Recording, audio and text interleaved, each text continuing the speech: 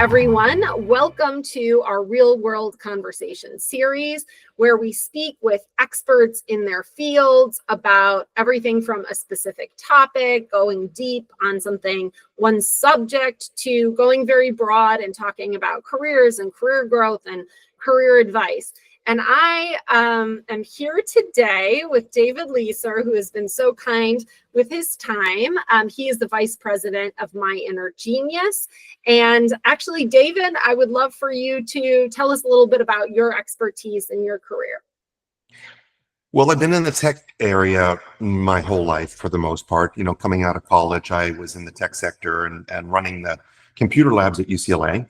And then I got recruited into a number of different companies, and the final company I got recruited into was IBM. I worked at IBM for more than 2 decades, and at IBM I became an entrepreneur there, developing programs like IBM's first cloud-based embedded learning solution. I developed the IBM Digital Credential Program, the IT certificate program, the standards for that for the industry, and then also with the smarter workforce.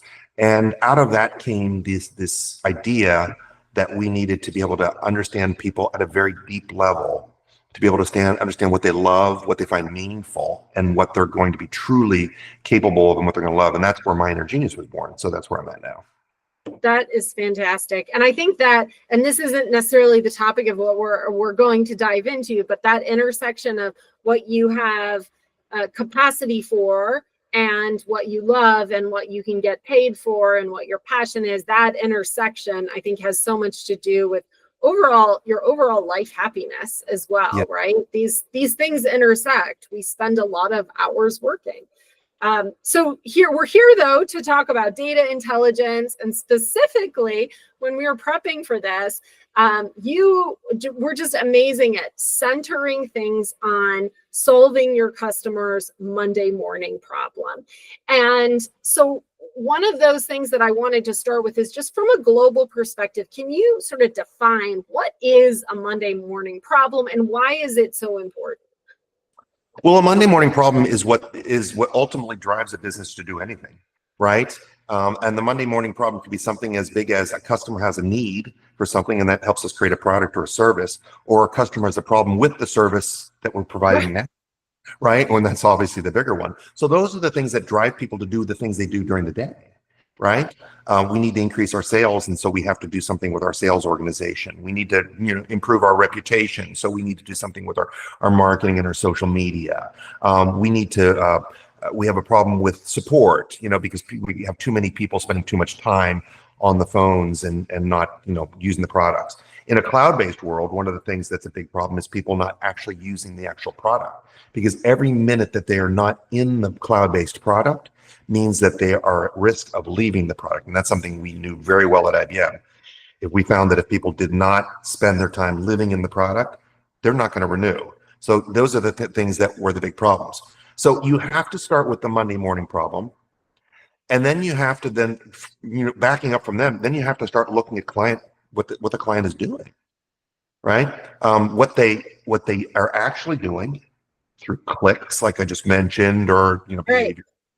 What they say, right? Which they're either saying that through NPS surveys or they're saying it to somebody, right? And then what they don't do, right? What they're not doing. And so what they don't do is the real problem that we have, right? So whether it's they want them to buy or we don't want them to get on the phone and call customer support, things like that. Right. But the Monday morning problems in an organization are almost always relatively the same. We need to increase revenue.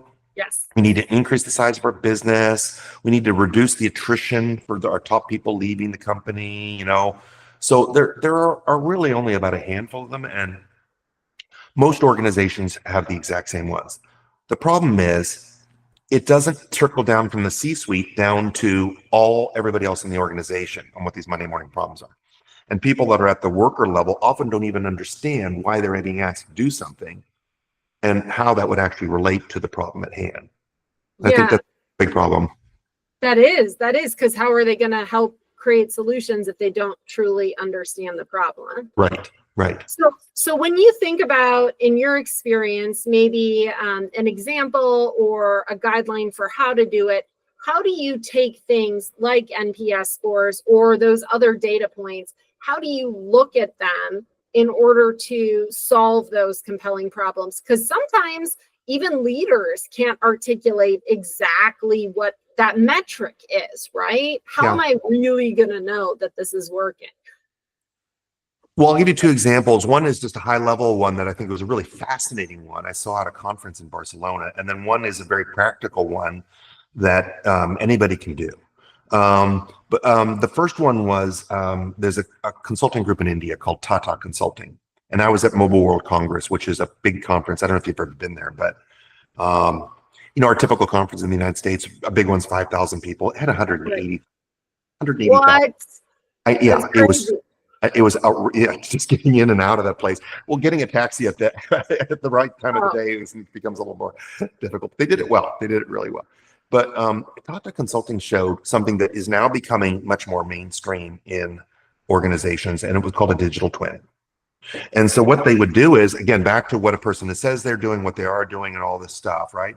What they would do is they would map out a client journey, the way the journey is supposed to go for the client. You start this path and you go down this path. And then they would follow the person using the digital twin. And they would watch that person, and every person had a digital twin. As soon as they logged on to, let's say, their cloud-based server, whether it's for a cloud-based product or whatever it happens to be, are they doing the things we expect them to do?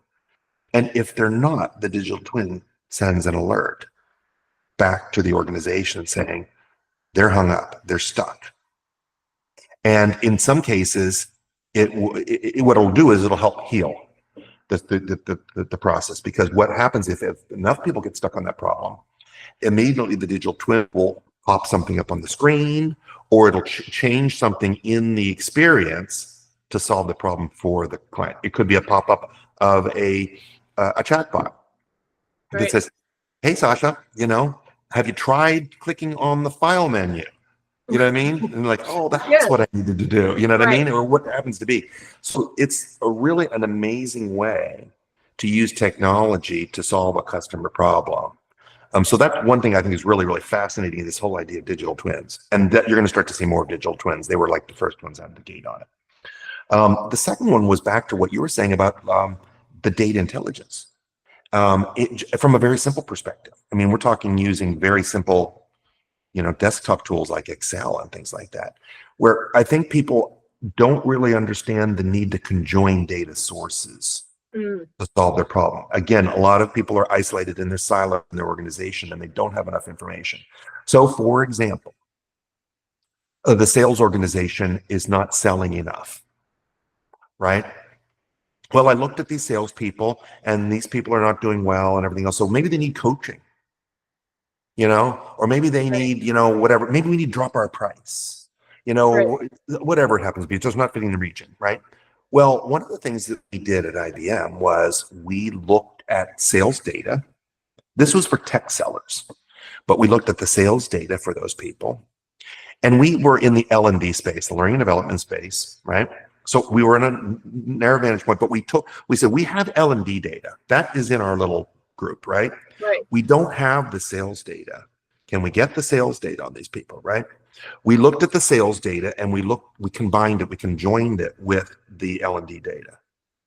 And guess what we found? That people that earned 2 or more badges in this particular practice area, or earned these particular badges, or took these particular courses, closed their quota at a higher. Now, that's just correlation, and people will say, well, that's only correlation, That's good enough for most problems. Can I interrupt you, David? Yeah. I'm sorry. I glitched for a minute, so I missed part of that. Okay, yeah. And I don't want to miss it because it was brilliant. So can you say that bit again about including both the sales data with the L&D data? Can we just restart sort of there? I'm just going to take just a brief moment and then you go for it. Okay. Well, so this other example is using a sales problem, right? So there's a sales problem in an organization. We don't have enough sales. And you might say, well, maybe our products are too expensive, or maybe we're not hitting the right client base, or maybe our salespeople, I don't know, maybe it's our tools, or, so there's all these different variables. Well, the way you test that out is you start to look at the different data sources and you start to combine those data sources. And one of the things that we did at IBM was we wanted to see why some of our tech sellers were not selling as much as some of them. They weren't closing their quota at the same rate as others. So you could look at the group of people that are closing these quotas and say, what do they have in common, right? Well, one of the things we did was we looked at it from an L&D perspective because we had this learning and development data set that showed what kind of training, what kind of experience do they have, right? And we found very easily that the people who closed the quotas at the highest rate, that closed the quotas more, were the people that took 2 particular courses in this database of 1,000 courses. They were the ones that closed the quotas. And so it's just an example of how you can use, and again, it's correlation. It's just a simple correlation study. It's not, we're not getting into any kind of causation, all that stuff. But the bottom line is that sometimes you have to go outside of your organization to solve the problem. I'll give you another quick example, very similar to this, and I think I talked about this offline, but when I was in sales of education, and I did very, very well at it because I used the same technique. And one of the things I had was I was trying to sell a training product to an energy company. It was Southern California Edison. I might as well tell you, it was a long time ago, right? So anyway, it was Southern California Edison.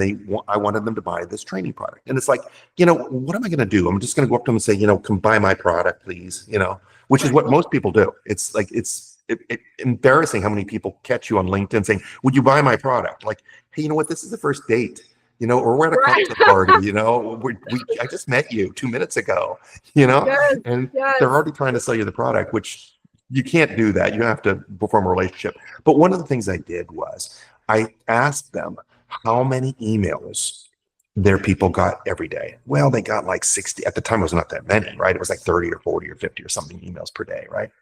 How long does it take them to open up each one of those things? 1-2 minutes, something like that. Okay, how many people in the organization? Well, we have 11,000 people, 6,000 of them. Okay, if I'm able to shave off, and I found out what their salaries were too. I got all these data sets. What is their salary? How many employees you have? How many minutes they're spending on this stuff? And I said, if I can save 20% of those people, not 50% or 100, 20% of those people, 3 minutes a day, meaning 1 email, right? Do you think that that's doable with my solution? And I showed them what they said. Yeah, of course, you teach them how to archive their mail, and that's saving them 3 minutes easily a day, right? Right. I looked at the math. I said, okay, now I know I have the salary data. Right. I have the number of minutes. I have the number of people in the organization. I have the percentage that I think I can influence. And I know that there are 2,050 hours of work in a year. 2,050 is the number of hours people work in a year. So I can take their salary, break it down to the minute, right? And I showed them I could save them $250,000 or $300,000 a year with a $15,000 product. Yeah, that's a good investment, right? Bought it right away. And I said, and you can repeat the numbers. What if we only did 5% of your people?